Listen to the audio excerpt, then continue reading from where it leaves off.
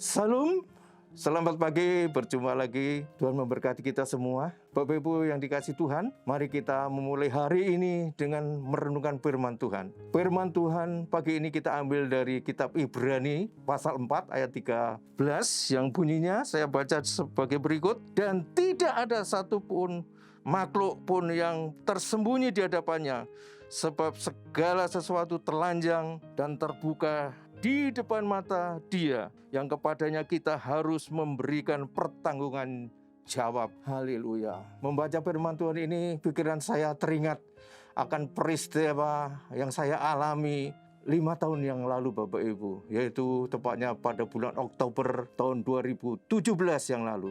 Waktu itu sekitar jam 8 pagi kami hendak melakukan penerbangan dari Bandara Ronald Reagan di Virginia menuju ke Bandara George Bush di Texas. Kami sampai di Bandara Ronald Reagan kira-kira 2,5 jam sebelum keberangkatan pesawat. Dan setelah check-in, urusan lain selesai, kami langsung masuk ke ruang tunggu untuk menunggu sampai waktunya boarding. Jadi ada waktu cukup banyak dan untuk meredam dinginnya suhu udara di dalam ruang tunggu, Bapak Ibu, saya jalan-jalan menyelusuri koridor yang ada di sekitar kami duduk. Pada suatu tempat, saya perhatikan banyak orang yang sedang mengambil dan menyeduh kopi, Bapak Ibu, di suatu gerai, di depan gerai gitu. Dan saya lihat dari mereka tidak ada yang membayar, ya, nggak ada nampak kasir. Saya ada nengok-nengok orang kampung gitu. Setelah menyeduh kopi, mereka langsung pergi ke arah ruang tunggu kami. Sehingga saya berpikir, wah ini barang gratis, mungkin saya bisa ikut ambil Bapak Ibu. Dan benar saya ambil 2 gelas kopi dan teh. Dan langsung saya bawa ke ruang tunggu untuk saya nikmati. Setelah menikmati minuman, saya merasa perlu makan, Bapak Ibu. Kemudian saya jalan ke tempat yang sama. Saya pesan 2 macam kue dan kemudian saya tanya di mana bayarnya. Pelayan gerai itu memberitahu kepada saya kalau bayarnya ada di ujung koridor. Karena saya masih agak kurang yakin, kelihatannya dilihat dia gitu. Pelayan gerai itu bilang agar saya mengikuti orang-orang yang bawa gelas dan kue yang sedang berjalan ke arah kasir. Dia bilang bahwa mereka bawa gelas dan kue ke sana untuk membayarnya, Bapak Ibu. Bu, saya jadi nggak nyaman. Berarti 2 gelas kopi dan teh yang saya ambil itu mestinya harus dibayar, tapi tidak saya bayar. Oh, jantung saya, Bapak Ibu, jadi berdetak lebih kencang, lebih kuat. Berarti 2 gelas kopi dan teh ini, aduh, barang yang sebetulnya harus saya bayar ini saya nikmati, dan sepertinya saya ini sedang melakukan hal yang sangat salah. Dan benar, setelah sampai ke deretan mesin pembayaran, saya melihat orang-orang membayar kopi dan teh dan bahkan kue.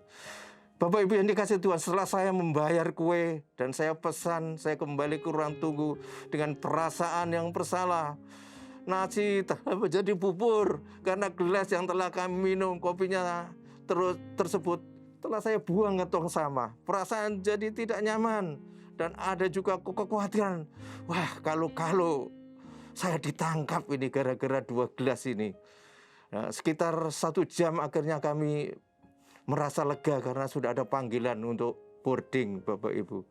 Rasa lega itu ada dalam pesawat dan kami berpikir juga, kok nggak ditangkap ya? Oh, barangkali itu hanya 2 kopi, hal kecil. Jadi mereka mengabaikan, toh yang ngambil seperti orang kampung, orang susah gitu.